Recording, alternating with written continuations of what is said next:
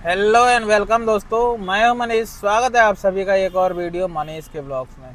तो दोस्तों, आज की इस वीडियो में हम बात करने वाले हैं कि टैक्सी लाइन में सरवाइव कैसे करें। क्योंकि क्या है दोस्तों, सब लोग परेशान हैं।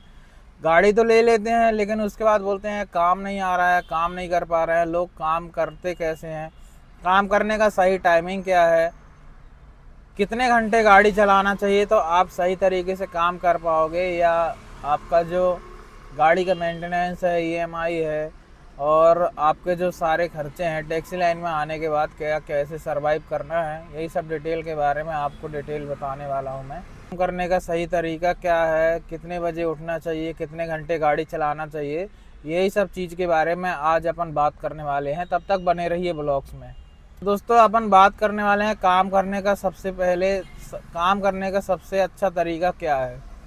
काम करने के लिए किन किन बातों का ध्यान रखना सबसे ज़्यादा ज़रूरी होता है, तभी आप टैक्सी लाइन में टिक पाओगे, तभी आप टैक्सी लाइन में अच्छे तरीके से काम कर पाओगे। दोस्तों, सबसे पहली इम्पोर्टेंट बात कि आपको कुछ कुछ चीज़ें हैं जो जनरल नॉलेज की चीज़ें हैं, उन बातों का आपको ध्यान रखना बहुत ही ज़रूरी होता है। दोस्तों, मैं आपको बताने वाला हूं जानकारी कि आपको किन किन हॉर्स में कैसे गाड़ी चलाना चाहिए, कितने घंटे गाड़ी चलाना चाहिए। दोस्तों, दिन भर में अपने पास 3 टाइमिंग होती है: मॉर्निंग टाइम, आफ्टर टाइम और इवनिंग टाइम। तो तीनों में कितने घंटे गाड़ी चलाना चाहिए, कैसे काम करना चाहिए, यही सब डिटेल बताने वाला हूँ। दोस्तों, सबसे पहले तो आपको कुछ कुछ चीज़ें को बातों में तो दोस्तों, सबसे पहले तो मैं आपको बता दूं कि कुछ जनरल नॉलेज की बात है जो आपको ध्यान में रखना बहुत ही ज़रूरी होता है, तभी आप बहुत अच्छे तरीके से काम कर पाओगे। सबसे पहले दोस्तों, आपको ट्रेन, फ्लाइट और बस, 3 जो स्टेशन है, सबसे इम्पोर्टेंट स्टेशन है, इनकी कुछ जनरल नॉलेज वाली बात है कि ये इनका कुछ कुछ ट्रेन और बस और फ्लाइट का टाइमिंग आपको पता होना चाहिए।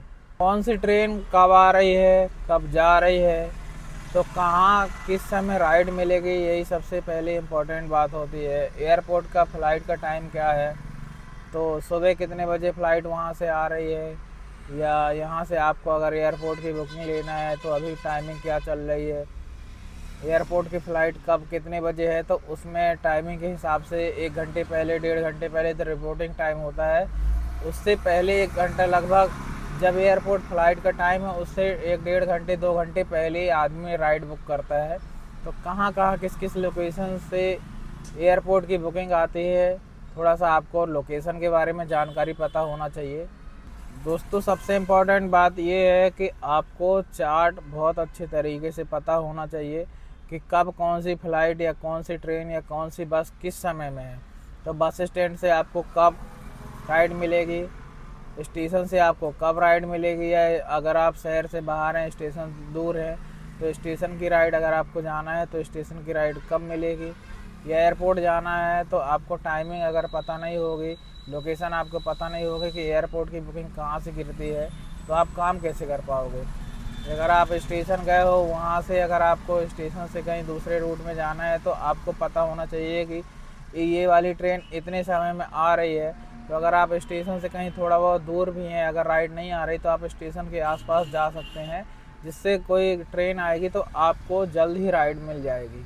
दोस्तों, काम करने का सबसे सही तरीका है कि आपको चार्ट प्रिपेयर्ड बहुत ही तरीके से होना चाहिए। दूसरी बात, आपको मॉर्निंग, आफ्टर टाइम और इवनिंग टाइम तीनों में मिला के आपको पता होना चाहिए कि पीक आवर से आने की, सुबह ऑफिस जाने का टाइम लोगों का क्या होता है, लगभग 7 से 9 बजे, 10 बजे के आसपास होता है सुबह से। तो सुबह किस लोकेशन से ज़्यादा लोग ऑफिस की तरफ जाते हैं, आपको उस लोकेशन में जाना चाहिए। उसके बाद दोपहर में थोड़ा सा काम डाउन हो जाता है, कहीं का भी हो।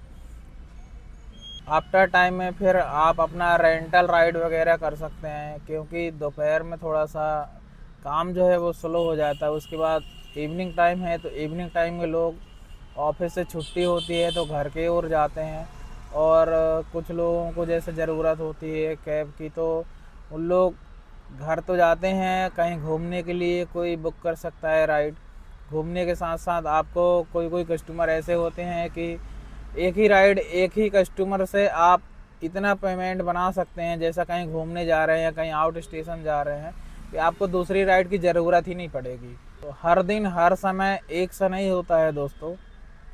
तो कुल मिला के बात ये है कि आपको टाइमिंग का बहुत अच्छे से ध्यान रखना पड़ेगा कि सुबह के टाइम आपको कितने बजे उठना है और कितने बजे उठ के आपको काम स्टार्ट कर देना है, कितने घंटे आपको काम करना है, आपको समझ आ ही गया होगा। कोशिश करिए कि आप कम से कम 10 से 12 घंटे 14 घंटे आप ऑनलाइन रहिए, तभी आपका कुछ थोड़ा बहुत ठीक ठाक काम हो सकता है।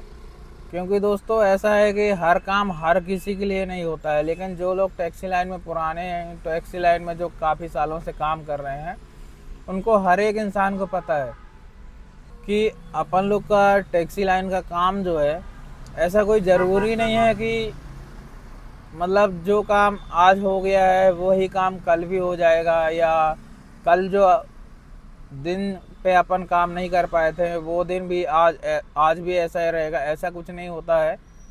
अगर आप मेहनत करते रहेंगे तो कुछ ना कुछ काम होता रहता है। बस सबसे इम्पोर्टेंट बात है कि आपको सही टाइमिंग में सही लोकेशन पे होना बहुत ही ज़रूरी होता है, तभी आप अच्छा से अच्छा काम कर सकते हैं। तो दोस्तों कैसी लगी जानकारी? अगर आपको कुछ और डिटेल में चाहिए जानकारी तो आप एक बार कमेंट करके ज़रूर बताइएगा। मैं कोशिश करूँगा नेक्स्ट ब्लॉग में आपको और अच्छे तरीके से जो चीज़ समझ नहीं आई होगी वो चीज़ बताने की कोशिश करूँगा मैं। तो दोस्तों कैसा लगा वीडियो, कैसी लगी आपको जानकारी, एक बार कमेंट करके ज़रूर बताइएगा। तो मिलते हैं किसी नेक्स्ट वीडियो में नेक्स्ट ब्लॉग के साथ। तब तक के लिए दोस्तों जय हिंद, जय भारत, वंदे मातरम।